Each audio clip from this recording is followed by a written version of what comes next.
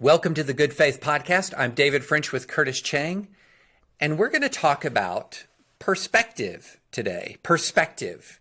It's a word that brings to mind a certain movie, a Pixar movie, Ratatouille. I think some of you might remember the climactic scene where Anton Ego comes in to give the ultimate test to the restaurant. And he walks in and he very cryptically orders, and he says, "You know what I'm craving? A little perspective. That's it. I'd like some fresh, clear, well-seasoned perspective." And then he adds, "Can you suggest a good wine to go with that?" It's a memorable scene. It's a fantastic scene. But you might be asking, what on earth does this have to do, and why on earth? What on earth does this have to do with the Good Faith Podcast, religion, culture, etc.? And why on earth are we wanting to talk about it? And so, Curtis, why are we wanting to talk about this? Well, because I want to talk about time. And by the way, you've just dated us in time, but with your quote from drawing from Ratatouille. It's. I don't know if the younger listeners have watched that movie. Sure.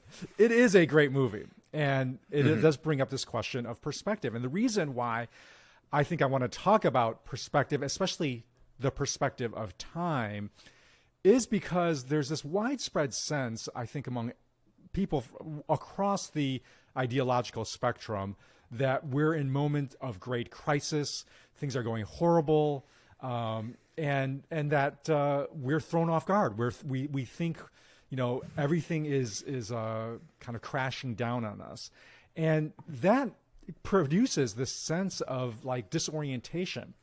And one of the reasons why I think that's happening is because we've lost some perspective, especially around time perspective. Because the reality is your time horizon, your time perspective is hugely determinative of how you respond to the world around you. It changes how you interpret a current event, and it also changes your motivation on how to respond to the world. So both interpretation and motivation in the world is hugely shaped by your time horizon. And let me just illustrate that really quickly so that listeners can kind of get a sense of this. Let me use it from the practical realm, right? Or the personal realm. Suppose, David, I told you, I've got news for you. The stock market is down 5%. Now, how you respond to that is hugely determined by the time perspective that we're talking about. Is it down 5% just today, or is it down 5% over this past year? Both, you're going to respond differently to both of those things, right? So for one thing, if it's just 5%, wow, that's a big dip. That's very alarming. But if you've got the time horizon of, hey, I'm not a day trader, I'm a long-term investor, I can wait this out, you're going to respond with a lot less panic and a lot more calm, right? Or just put it in the realm of parenting. Suppose your young child comes to you and says, "My stomach hurts." Now, your first reaction as a parent is probably going to try to establish the time perspective on that. Is it just today? When did this start hurting? Is it today? And if it's today, well, you'll respond, well, okay, let's see how it goes. Maybe did you eat something bad? Maybe we'll wait it out. If your child says, well, it's been hurting all week, suddenly your alarm changes, right? Because your time perspective has changed. Wow, a whole week, right. That's serious. And then if that child says, well, it's actually been hurting this way for all year, then you're like, suddenly, well, what have we missed? And you're really wanting to shift into some kind of intervention. And so that's just at the personal realm, how time changes how we respond and how we interpret current events. And so before we get into how it changes our motivation, I want to stick with on this interpretation front. And David, ask you, in the realm of politics and cultural, societal-wide events, why does time change how we interpret current events? Why is it getting the right time perspective so critical? Yeah. So, I was really excited about this topic because this is actually something, and when you suggested it, I thought, oh, we got to talk about this, because one of the things I like to do in this podcast, and we like to do in this podcast, is sort of not just talk about the issues, but also talk about what's underneath the issue. Not just talk about the cultural development, what's underneath the cultural development. And so what we're talking about right now when we're talking about perspective is lurking underneath far more arguments than you might imagine. So what is happening right now is we're in the grips in the United States of a massive degree of recency bias. So recency bias is whenever, a classic example of recency bias, it's constant in debates about sports. So we're always thinking the next great player is the greatest player, in part because we have the most experience with their greatness and we have lesser or receding experience with the greatness of people in the past. So recency bias is something that's just very, very natural. But what's happening right now is it's enhanced. And why is it enhanced? It's enhanced in part because of technology. And now technology doesn't have to do this, but it is doing it. And I'll give you a perfect example. Perfect example of this is Google. So if you're in my line of work, one of the things about my line of work is that my line of work is heavily populated by younger people. The salary scales, it's sort of one of the things that you find is that newsrooms tend to be really young. So right there you have a loss of time perspective. Right. Then you add onto that this thing called Google. So Google has a recency bias in its results. That first page is going to be a lot of your most recent things, the most recent developments on any given topic. When I try to search beyond recency on Google, I have to put in dates. I have to put in times. I have to really be more intentional about it. So you have a younger population of people researching through a tool that's biased towards recency. And so we tend to lose that time perspective. And we'll go more into this as the podcast goes on, but it is that very loss of time perspective that is really warping our debates and is creating, interestingly enough, its own crisis. Yeah. That loss of perspective creates by itself a sense of crisis. And so one of the things that, I'm really interested in hearing Curtis talk more about is the biblical perspective on time and sort of the God's eye view of time. But, there's more practical ways, and we'll go into this in a bit, but Curtis, there are some pretty practical ways in which on practical issues in which perspective is distorted. Yeah. Well, for instance, one of the things driving extremism on both right and left is this sense that the world is falling apart, right? That the world is just, more is worse than it's ever been before. And that's what should motivate us to take extreme action. Or, on the other hand, it kind of impels us to despair, which also has its own dysfunctions when large populations think the world is just destined for doom and there's nothing we can do about it. And I see this, especially, I think, in the younger generation, where there's this sense, again, on both right and left, that things are just horrible and getting worse and worse. And I think especially like from my world, here in the Bay Area, there's especially a lot of despair in the younger generation around climate change, that, the world is just heading for a disastrous place. And they're right to be concerned about that issue, but there's a loss of perspective of just how much actually the world is better and getting better than it has. And to give you just a very concrete example of that, I would argue that more than a few degrees of change in the world's temperature, which is going to be meaningful and have very significant consequences, I don't mean to downplay that, but when it comes to actually impacting the actual well-being of any given person in the world, far more significant is whether or not that person is living in extreme poverty. And by extreme poverty, I'm going to use the standard definition of living less than, in inflation-adjusted terms, less than $2 a day. That if you're living in extreme poverty, climate, wokeness, the abortion issue, whatever, it just doesn't matter. You are just surviving. Your very life is just determined by the conditions of extreme poverty, and you can't think of anything else, and you're living a pretty difficult and miserable life. So more than anything else, if you want to make the world a better place for the vast majority of people, raise people out of extreme poverty, more than anything else, okay? So here's a question.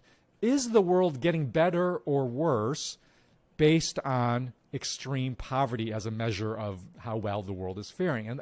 So, David, I'm going to give you a quiz, which I think you're going to pass with flying colors. So I'm going to throw it out there also so that our listeners can answer it in their heads as I ask them, right? So pause for a moment, David, before you give me your answer so that listeners can come up with their answer. So I want to ask, defined by world poverty, by extreme poverty, let's go back 2 centuries. In 1800, what was the percentage of the world living in extreme poverty? Okay, so David, pause a beat. In 1800, Yeah. right? So over 2 centuries ago. Pause for a beat. And I want listeners to think, what do they think the percentage of the world was that was living in extreme poverty? And then you answer. And you better not be Googling the answer for that right now. I'm not Okay. Googling the answer. I mean, I know the general arc, but I'm going to get these percentages off. I'm going to say 80%. You're very close. The actual answer is 85%. So 85%, Wow. the vast majority of the world's population, 1800, was living on less than $2 a day.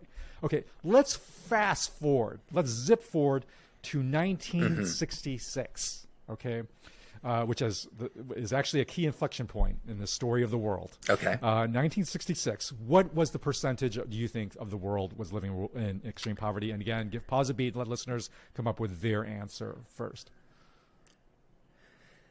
1966, I'm going to say 45%.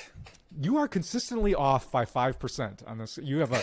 I'm impressed with myself. You should be impressed with yourself. Those are very good answers. Most people get this wrong. 50%. So from 1800 Okay. to 1966, massive improvements was made, dropping from 85 to 50%. So only half of the world was living in this extreme, sort of life-crushing condition of extreme poverty. Okay, let's go to 2017 now. So that's a very short period of time, right? Just about 50 years from 1966, 2017. What percentage of the world was living in extreme poverty? I'm going to say 5%. Again, David, you've got to correct for your 5% error. I'm sorry. The answer is 9%. 9%. Okay. So Okay. from 1960, so we've gone from 85% in 1800 to 50% in 1966, down to 9% in 2017. Now, just again, this is before the pandemic. So in the pandemic, there's estimates that that about 97 million people have entered extreme poverty. And again, this is a classic example of recency bias. If you just throw that statistic alone, you see that in the news, you think, oh my gosh, the world is reversing course and heading into a disaster. Well, 97 million is about 1.3% of the world's population. It's a drop in the bucket compared when you look over time, over the massive improvements we've made in this world in terms of the world being a better place. So Right. that's just an example of why it's so important to help to get some time perspective, because it just changes our sense of despair and extremism that we may otherwise be motivated to go into.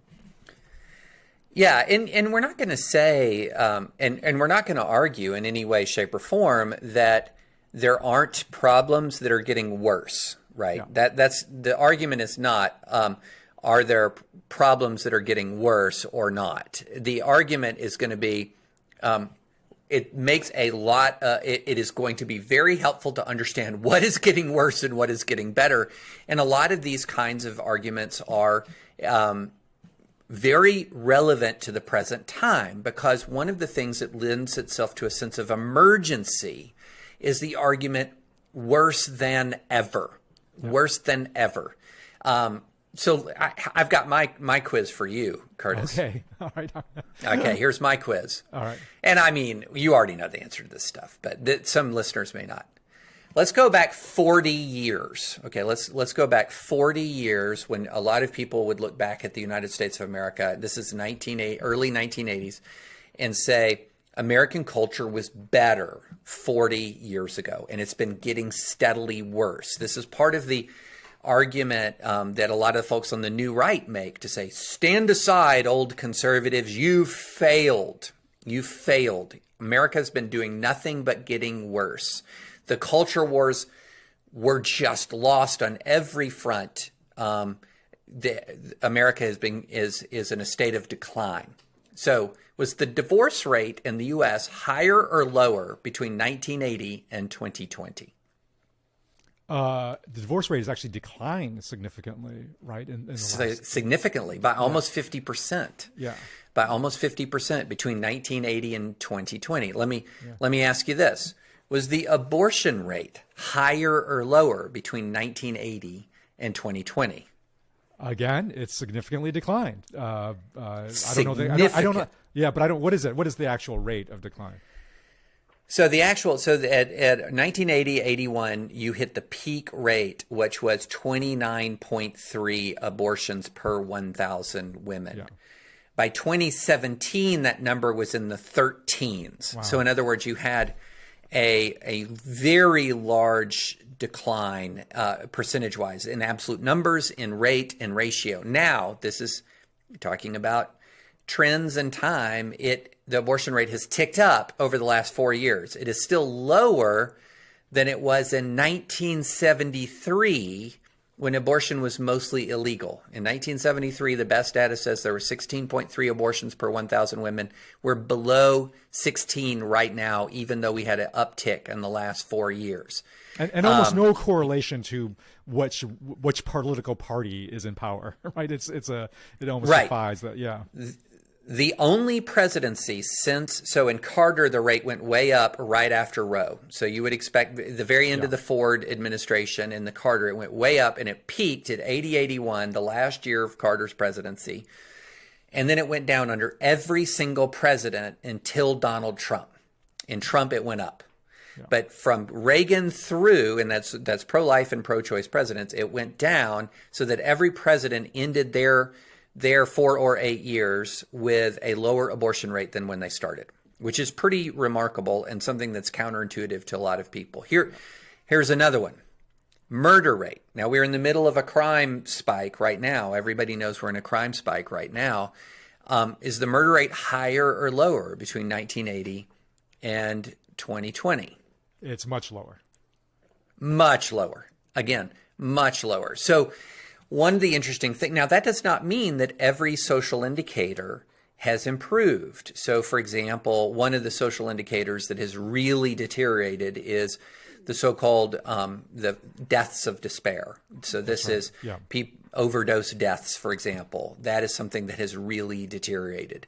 But one of the reasons why I raise this is because if your narrative of the world is one that says that everything is getting worse, it is going to make you increasingly alarmed and increasingly prone, for example, to radical solutions for perceived worsening problems. And that's why I think go ahead. Or just one thing. I think it sends you in one of two directions, neither of which are healthy. One is the extremism we're talking about. The other is despair and checking out. Right? True. Yeah. True. Yeah. Yeah, absolutely. So one is checking out, everything's, going to heck and it's time to get the dog and the gun and head for the hills. The other one would be it's time to get the gun and the dog and head for the Capitol. And, so there are different ways in which this manifests itself. And so that's why I think it's incredibly important to have a sense of historical perspective, because that's going to give you a sense of what is or is not getting better or getting worse. And if you know something is getting better, it's important to understand why. Why is it getting better? And to do sort of double down on those things that are leading to improvement. Or if it's getting worse, why is it getting worse? And try to deal with it as it rises. So I think that's an incredibly important sort of factual frame for the discussion. Yeah, and just as a helpful reference point for listeners, one book that I would highly recommend that's brief but very concise and persuasive, it's a book called Factfulness. And the subtitle to the book, Factfulness, is 10 Reasons We're Wrong About the World and Why Things Are Better Than You Think. So that's Factfulness by Hans Rosling, a world-famous statistician. And I'm just going to read you just real quick, just as we tie off this point. He has this great chart. He just lists the number of bad things that are decreasing, right? So just the decline, see a decline in legal slavery, oil spills, HIV infections, battle deaths, children dying, death penalties, leaded gasoline, just to give some example, plane crash deaths, child labor, smallpox, ozone depletion, smoke particles, even nuclear arms. All of those have shown significant declines, right? And here's just a list he has of good things that are increasing. He says the percentage of nature that is protected has gone up significantly in the last about back in 19. This is, again, I'm speaking to, again, I have the younger generation in mind here. They think the world is environmentally just going horribly in the wrong direction. In 1900, 0.03% of the Earth's land surface was protected as national parks and reserves. 0.03% of the world's population, or of the world's surface. All right, David, in 2016, what do you think that percentage was? Correct for 5%. Well, whatever it is, I'm going to be correct for 5%. Okay, I'm going to say 11.3%. Oh my gosh, you're always almost about 5% wrong. It's 14.7% Okay. of the but just think about that. In a span of a couple centuries, we as a human species have increased our protection of the Earth's surface from 0.03% to almost 15%. That's an incredibly good thing that is increasing. So I could just go on.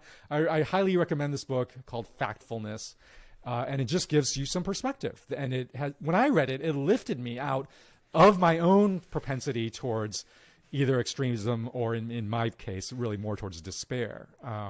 Again, not to say some things aren't getting worse, and not at all to say we don't need to take action, but it more gives us a foundation of hope and optimism that is actually, I think, a much more sustainable base of motivation than despair is. Yeah, I think that's a really good point. And one of the key elements here, and this is something that producer Chris put in the chat, which I think is an important point to make, is that what's interesting to me is how many of these improvements are due to institutions. Institutions are at the center of long-term improvement because it is institutions that outlast individuals. Institutions have a lifespan that is beyond our own lifespan. Let me take an example. You and I are both military history buffs. Yeah. Let's talk about a really important institution, NATO. Yeah. NATO.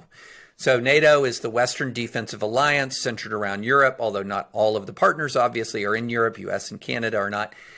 So NATO is a defensive alliance centered around Europe that is now, getting close to 80 years old.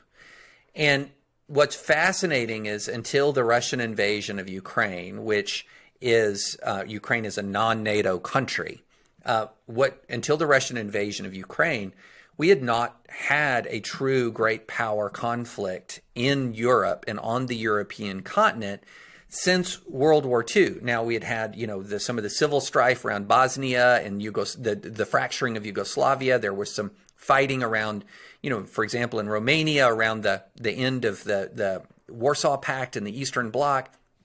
But a real European war had not taken place for a very, very long time. And I guarantee you that's one of the factors leading to that decrease, for example, in battle deaths. Yeah. This is an institution that was created that has had long-standing, and what's the phrase? And I don't know where this originates, but I like the phrase that I've heard recently: planting a tree in which you will not, planting a tree when you will not enjoy its shade. That's right. Yeah. That's what institution building is, yeah. And virtuous institutions have that legacy benefit, and a diminishment of institutions by its necessity tends to shrink our time horizon. That's right. Why? We lose institutional memory. We lack institutional legacy. So then everything is compressed into what can I do, or what can this person that I follow do in the very short amount of time in which they enjoy influence. And that compresses that time horizon dramatically. Absolutely. You're seeing my tune. And this is why yes. Human beings are meant to interpret the world and act in the world via institutions, because we cannot act with a long-term time horizon just by ourselves for all the reasons you just said. And I want to get to this point of motivation because I think this is crucial that when our time horizon gets distorted, we also diminish our motivation or distorts our motivation to act in this world. We already talked about how this happens with despair or extremism, but this can happen in a very just sort of even less extreme or less despairing ways that the distorted time horizons distorts our motivation. So let me give you an example. When I was a kid, my mom wanted me to be able to learn to play the piano. Okay. And so she made me practice the piano every day for 30 minutes. And I have a clock on the top of the piano, and I had to watch the clock and practice for 30 minutes. I just resisted it. I didn't see the value in it. I was too impatient to conceive of the long-term value of learning, of becoming an adult, a human being that could make music on my own. I wanted to go play football and basketball. I wanted to go run out, like sitting in my basement, playing our piano, watching the clock. I was just too impatient to do that. So what I would do is I would actually take the clock and I would just flip it forward a few minutes every time and just try to somehow fool my mom into thinking, oh yeah, I've done it, right? And as a result, I never learned to play the piano as a kid. I was just too impatient, okay? Now, when I was about 30 or 40, I started to think, wow, I feel like my life feels, I wish it was richer in my ability to create culture and art. And I was like, it'd be great to learn to play the piano, right? But you know what? In my 30s and 40s, I was just too focused on immediate pressing needs. I just could not carve out the time that it takes. And it takes time. The piano is not something you can just pick up, overnight. It takes a long-term commitment to do so. Producer Chris who's a musical prodigy, is like, giving us, not really, but for us mere mortals, learning to play the piano takes time. I was building my consulting firm at the time, too focused on urgent needs to do that. So I didn't do that. Well, I'm in my 50s now, and I'm re-examining this issue. Like, should I really learn to play the piano? Now my time horizon has shifted in a different way that is shaping and I would say distorting my motivation. Here's how my mind works now in my 50s, and as I'm getting to my mid 50s, I'm like, oh, there's just not time left. Like, I'm getting too old for this. Like, it's going to take me forever. It's going to take me like a decade. And by then I'll be too old and I'll probably be losing my memory anyways. And I'm slipping into this sort of fatalism because I think there's not enough time. So as a kid, I was too impatient. As a middle-aged person, I was too focused on the short term. And now as I'm getting older, I'm getting into this thinking there's just not enough time left, right? So this just gives you a demonstration of how time horizon so deeply and in a very subterranean, underneath kind of way, it actually shapes our motivation for what we throw our energies towards in the world. So David, let me flip that back to you. Again, play that out in terms of how people get motivated to impact the world more broadly, and and how time horizon affects that. Yeah. Well, before I do that, I got to stand up for producer Chris for a minute. You said he's musical. That's understating. Yeah. Look, we've got a guy who had a top 20 Christian hit back in the day. Picture this by Imagine That. Or was it Imagine That? Is Imagine That by Picture This. We never can get this right. We never could get that. So just imagine. So let's give the man his due. Okay. Speaking of time. And again, the song, the Amazing Grace rendition that people love at the end, that is Chris Carter's playing and his own arrangement of that. So. Yeah, absolutely. So, one of the things, again, let's flip back to the American political culture. There is a narrative that exists, and I'm going to get myself in some hot water again here with this. There's a narrative exists that drives a lot of, in particular, evangelical political engagement, and that America was a better country in the past and is a worse country in the present and is getting steadily worse. Okay, it was better in the past, it is worse in the present. And the reason why it was better in the past is that evangelical and American, especially white Christians, Protestant Christians were much more powerful. Okay. And it's worse in the present because white Protestant Christians, and people don't explicitly racialize it, but the reality was it was white Protestant Christians who were very powerful in the past. Certainly not black Protestant Christians. Yeah, that's right. Certainly not Catholics who were persecuted by Blaine amendments all around the United States. But it was white Protestant Christians who were more powerful. Those were the halcyon days, and the present tense is much worse. And the reality is, as a lot of this white Protestant Christian power diminished, America actually became a more just place.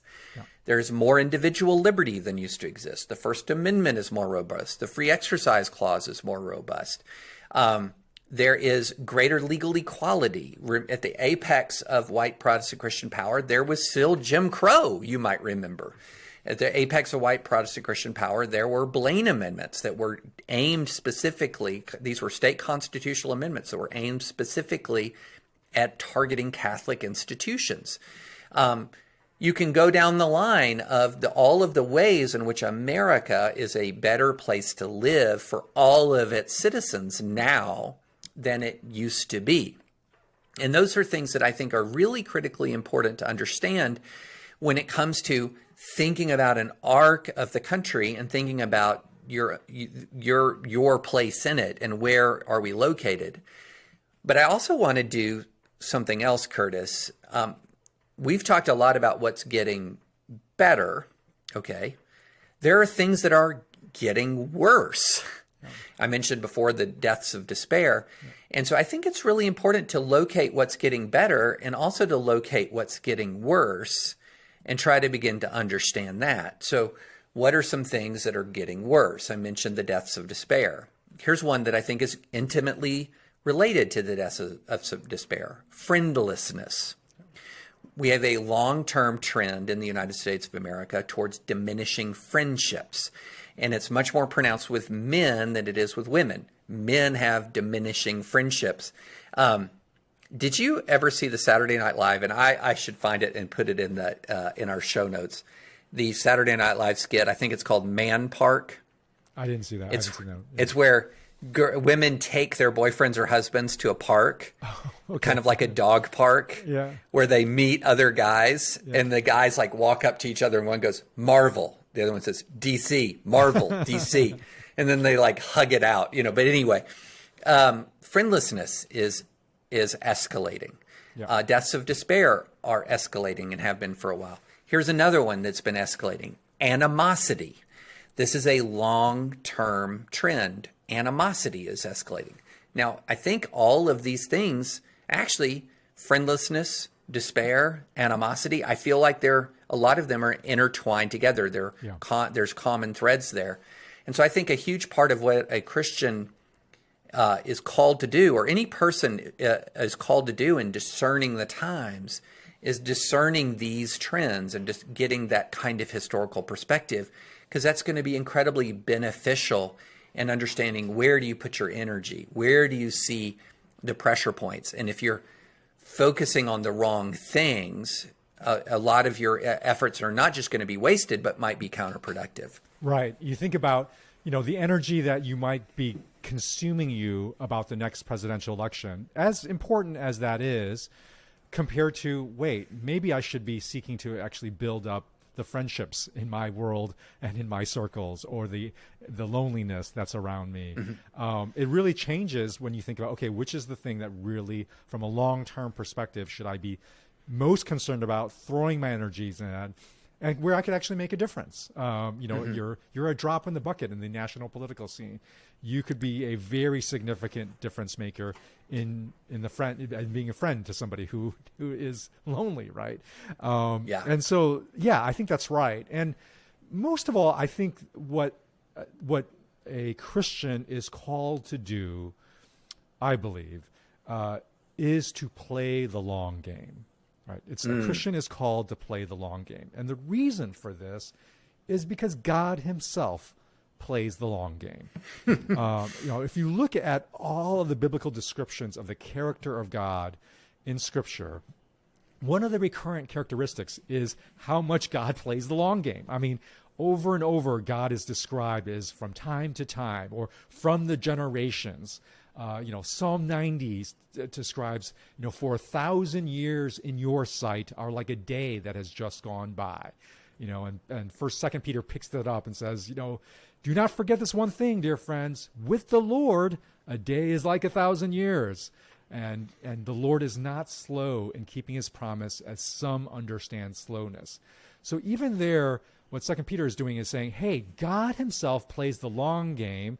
And in that passage, we then, if we're supposed to reflect God and image God, bear his image in the world, it means we're called to play the long game as well. And that's really a lot of what God is trying to do with his people, is to try to draw them into his game. And draw them into his game means drawing them into the long game. Let me just read to you another passage, Ecclesiastes 3:11. It says, God has made everything appropriate in its time. So what does it mean that he's made everything appropriate in its time? The next verse says, God, has also set eternity in our hearts. For without that possibility, mankind will not find the work that God has ordained for them. Right? So we need to get into God's time. God is trying to set the long game, eternity, into our hearts, so that we can participate in what God has done from the beginning even to the end. And that's really the whole point. And I think we can get a sort of an intuitive understanding of how important this is to God, that we are drawn into the long game. If you just think, for those of you who are out there who are parents, think about all of the ways that you parent young children, or even, honestly, adolescents or even young adults. I would argue, if you just think about what you're trying to do with your kids, like 80% of what you're trying to do is to try to get them to play the long game.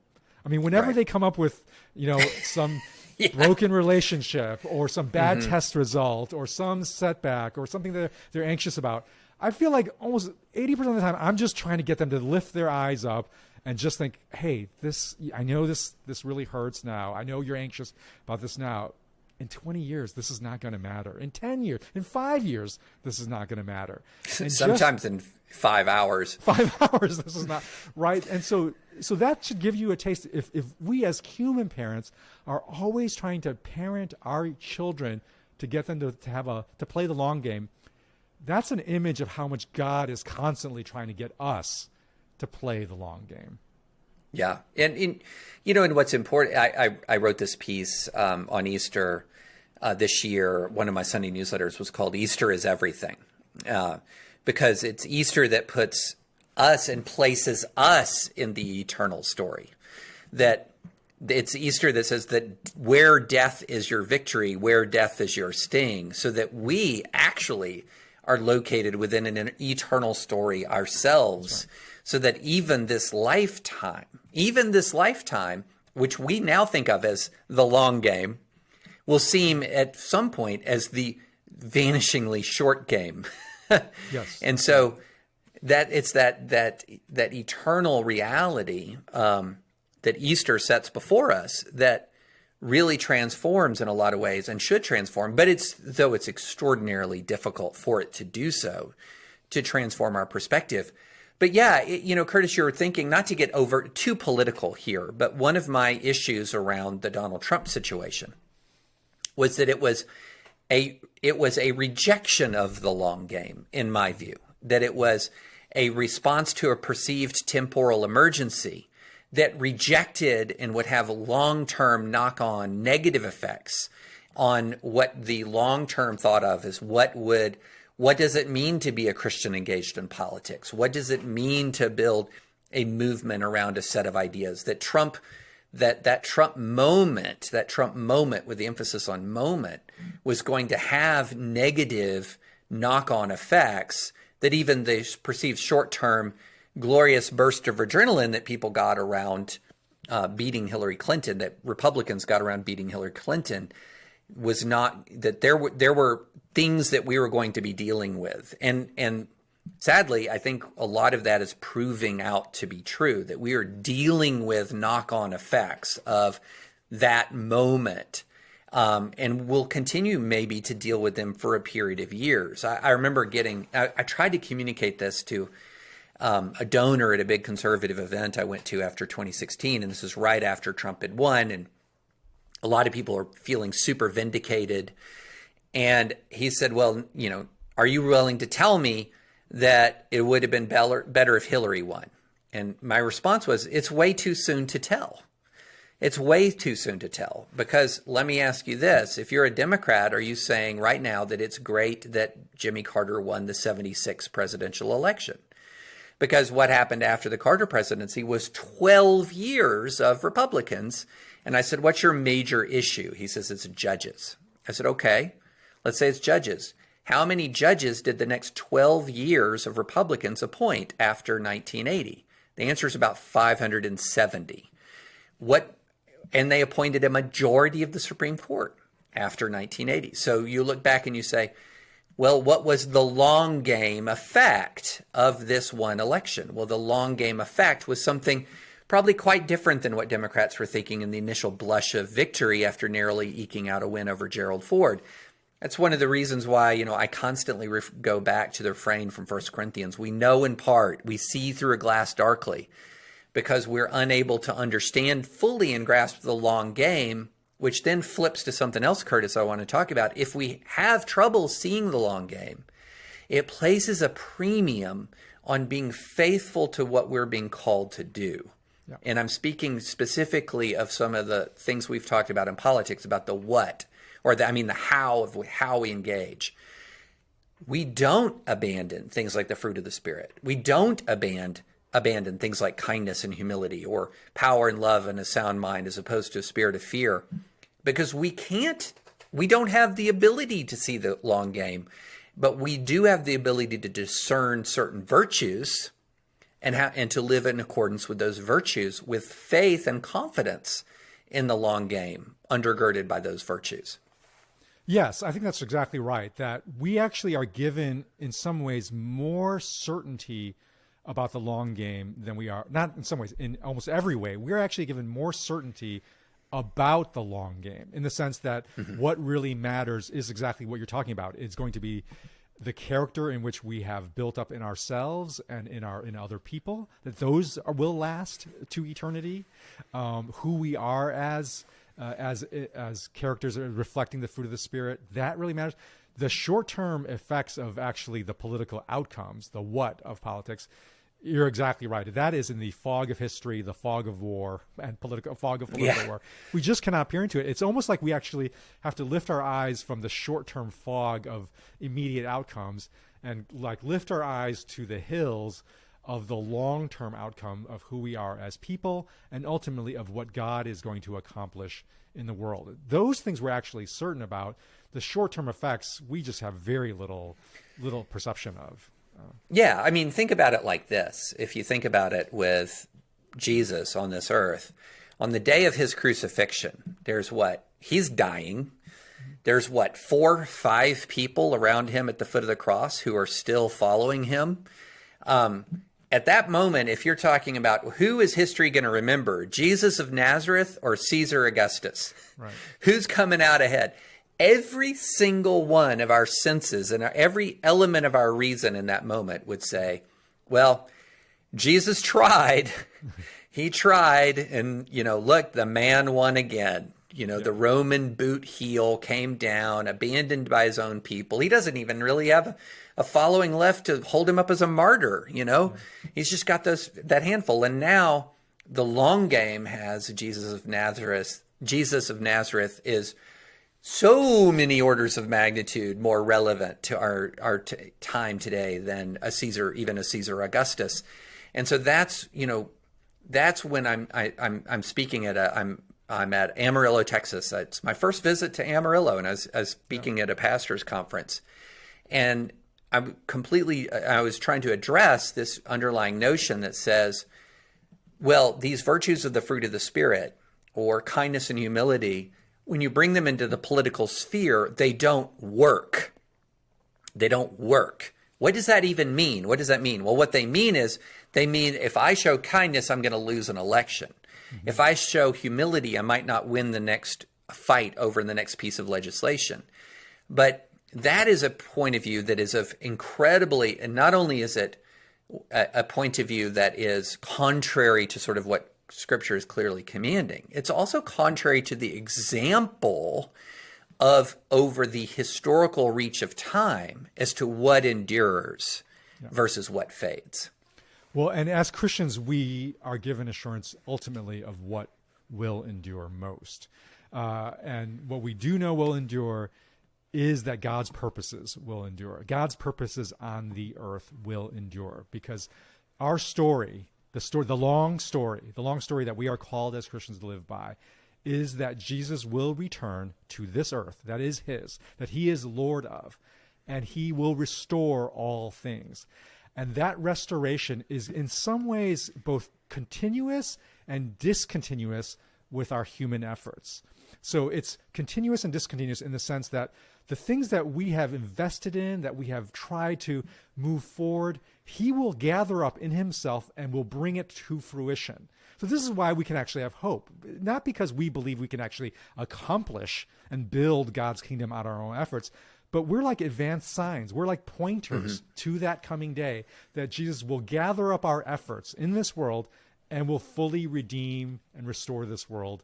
And so there's that continuity, but there's also the discontinuity, because all of our efforts need to be redeemed. We're broken, fallen folks. So even our halting efforts are going to need to be taken up by Jesus and redeemed and restored on that final day. And that combination of continuity and discontinuity is the most sustainable basis for motivation for us in the world, because it means the things that I'm giving myself to, both in the world and also in my own character, right? The building up of the fruits of the Spirit that you talked about, those things will last.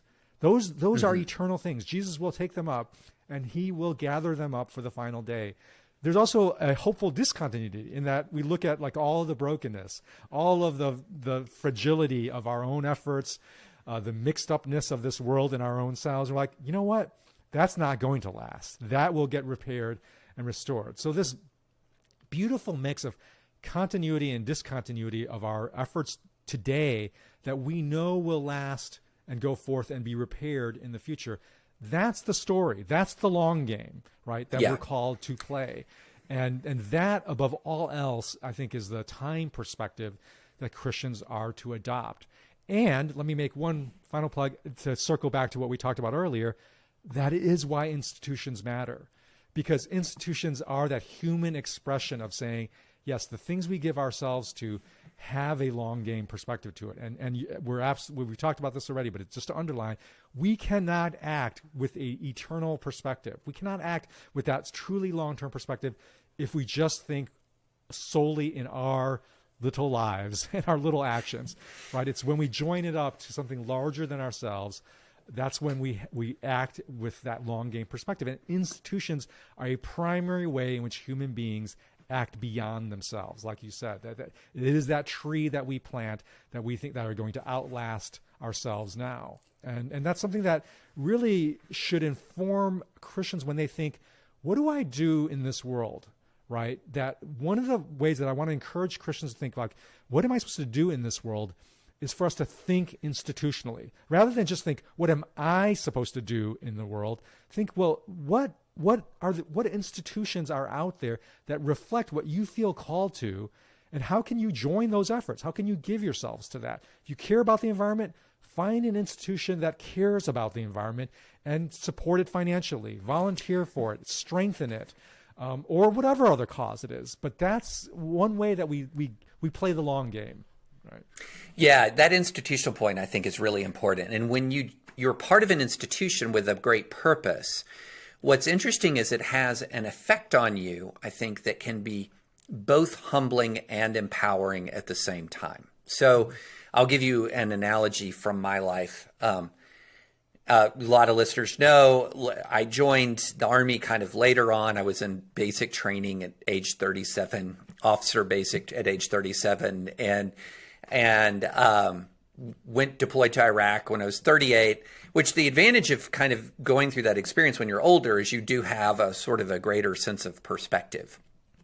And unlike a lot of folks who are at my same rank, I was actually coming in from a civilian world where I had a lot of authority in my institution. I had some small, tiny bit of nerd notoriety. I felt like by some resume sense, I kind of had a decent resume, at that point. But then you join the United States Army and you're nobody. You are nobody. And so I remember flying in. I was in the back of a Chinook helicopter in November 2007. And I'm looking off in the distance and I see, the tracer fire from a distant firefight. And I had many feelings that washed through me at once. One was fear, like this is very real. Another one was incredible insignificance. Like this helicopter could be shot down right now. My family would be devastated. Friends would be devastated for a while. But the war's going on, man. This whole helicopter could go down, and it would be a rounding error on the course of this war. General Petraeus was not going to call off the surge because Captain French was lost, right? Yeah. So on the one hand, you feel like I'm small. But then on the other hand, because I felt like I was part of a larger purpose and a larger story, I was also simultaneously filled with this kind of burning sense of duty and purpose. That my individual efforts are not dispositive, but I was incredibly motivated to not let down the person beside me, to the person to my right and to my left. And I was incredibly motivated to do all that I could to serve the heroes that I served with. And so by fitting into that bigger story, it also gives us a sense of, I think, accurate humility, but also of profound purpose at the same time. And it's a real, I think, part of the upside down kingdom of God is understanding that you are both a servant, but also a person created in the image of God himself. And that kind of paradox of humility and purpose, I think, is part of our story. And I think in virtuous institutions, that is where you can really kind of get a reflection of that, if that makes sense. Totally. And I'll give you my example, which less dramatic than your military example, but maybe some folks in their own with professional context can relate to this, which is when I turned 50, I started thinking, well, what does this next 10 years of my professional life mean? In particular, in my life as a consultant, for listeners know that I run a consulting firm that I founded that serves nonprofits and government agencies, and especially around strategy. And one of the things that I, do a lot of is create these sort of very strategic planning projects for organizations and institutions in my sector. And one of the things that I realized when I was turning 50 was that as much as impact as I thought I was having with these strategic plans, that the real impact was almost always determined by the leadership of the organizations. That I could do amazing work, just like, oh my gosh, this strategic plan should be framed in some museum. It's so beautiful and brilliant. In actuality, really, the fruit of all that work depended so much on the quality of leaders in these institutions, and that really humbled me, right? In sort of your sense of like, wow, my work is actually a very small bit of what gets accomplished in this world. And it actually sharpened me. It sharpened my professional priorities. It made me realize, what I really want to do, and this was actually the product of some prayer and discernment. I really felt like God was calling me to increasingly invest in people, in especially these leaders, especially these emerging leaders of these nonprofits and government agencies that usually tend to be overlooked because everybody was focused on sort of the executive director. And so I started this program that's been running now for about 4 years that recruits and targets emerging promising leaders in the sort of middle management tiers and puts them through this leadership development cohort that I developed and got funded. And it's become one of the most meaningful professional activities of my life, because I feel like I'm actually planting that tree, right? I'm actually planting that tree for the future. These are not executive directors. They're not people who are doing the strategic plan. They're people who in 10, 15 years will be the leaders of the organization. And I'm putting my little fertilizer. I'm doing my little watering of their seeds for the sake of their long-term institutions that they will lead in. And that has been incredibly both meaningful and a sense that of fulfilling God's calling on me is to play that kind of long game. And I give that example because I think especially to our listeners who maybe are in your like 50s and 60s, that it is tempting for you to just keep focusing on your own sphere of power and expanding it. And you can do that because you've got more social capital and professional capital than any point in your life. You can just do more things, get more acclaim, build your more reputation.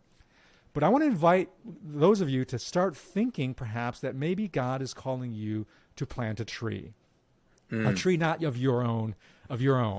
And what can you do to leverage all of that social, political, professional capital you have now to prepare the next generation, to invest in those who will come behind you for their sake, but also for the sake of the institutions that they'll be populating, right? And that Christians of all people should have that long-term perspective and that sense of how do I pass this on? Because I follow a God that is to the generations, from generations to the generations. So I need to have a generational perspective in my own professional calling. And I want to ask those listeners to invite you to start thinking about that and praying about that, and that perhaps in that creative new tasks will open up before you by the Spirit as you ask that question. Yeah, I think that's a great way to end the podcast. a great challenge and a great call to end the podcast. And I'm reminded, as we've talked about this and it's sort of gotten more personal as opposed to cultural or institutional, about this frame that David Brooks used, I believe in one of his more recent books, where he talked about the difference between resume virtues and eulogy virtues. Which I think was a really powerful frame that captured a lot of people's hearts about what am I building towards? Am I building towards resume virtues, CEO or lawyer, whatever your bullet points are of your professional accomplishments, versus the eulogy virtues of what kind of human being were you and what kind of legacy did you leave to your family as that kind of human being? And I think that's part of the perspective that we were talking about. So thank you, listeners. Really appreciate you hanging with us. We're going to be back next week. And we're going to have we're already lining up some interesting guests. I'm not going to tease them quite yet, but on some fascinating topics. So hang with us in the next few weeks. We're going to have a combination of the David and Curtis show and some really good guests coming up. But in the meantime, please check out Curtis's work at redeemingbabel.org. Please check out my work at thedispatch.com.